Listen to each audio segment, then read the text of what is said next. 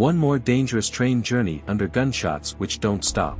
The whole train crew understands that the train could possibly not reach the final destination.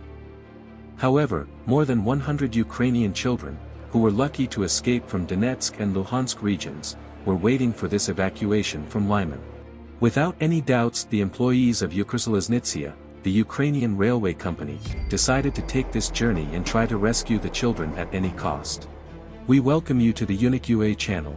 Subscribe to see firsthand the stories of real events which have happened in Ukraine during the war.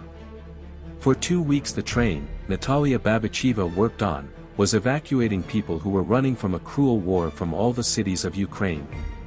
All these carriage hosts, train drivers and traffic operators didn't even leave the train. They lived there saving Ukrainians from the attacks. Railway stations turned into shelters and hubs for delivering humanitarian help. There were tents and open-air kitchens to feed people at the platforms. Thousands of scared faces, the cry of children, and huge crowds of people. The cots with babies, pregnant women, the elderly with walking sticks. Tears and despair. The last long hugging and the goodbyes to the dearest people. And no one knows what will happen next. All her life Natalia Babacheva was related to the Donetsk region. She lived in Krasnohorivka and studied in Avdiivka. She loved to travel and dreamt to see the whole world. She had a happy family, a loving husband and a beautiful daughter.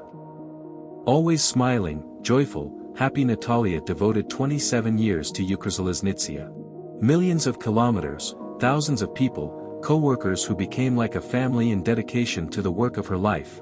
It was all about her favorite work. That's why she didn't think long about her place at war.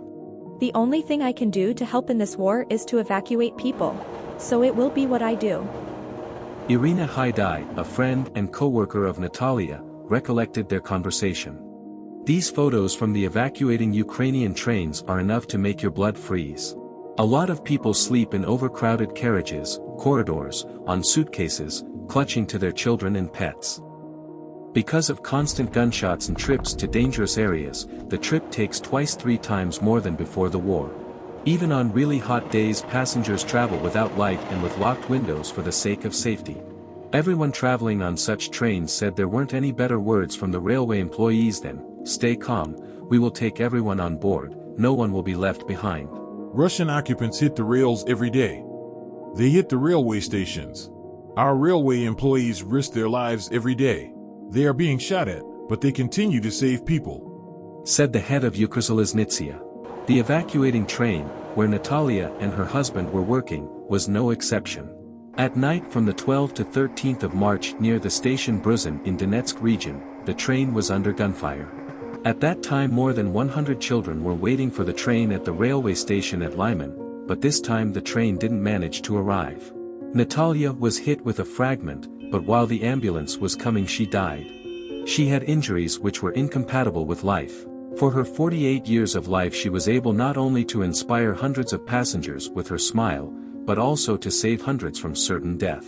During 38 days of war Ukrzaliznytsia evacuated more than 3.5 million people, delivered hundreds of thousands of humanitarian and military goods and, unfortunately, lost more than 50 railway employees, real Ukrainian heroes. A deep bow to all of you, Iron Men. We are grateful to everyone for their unprecedented courage and bravery. Relentlessly pushing towards victory. Share this video so that people all over the world find out what is really going on in Ukraine. Subscribe to the channel and press the like button. See you soon.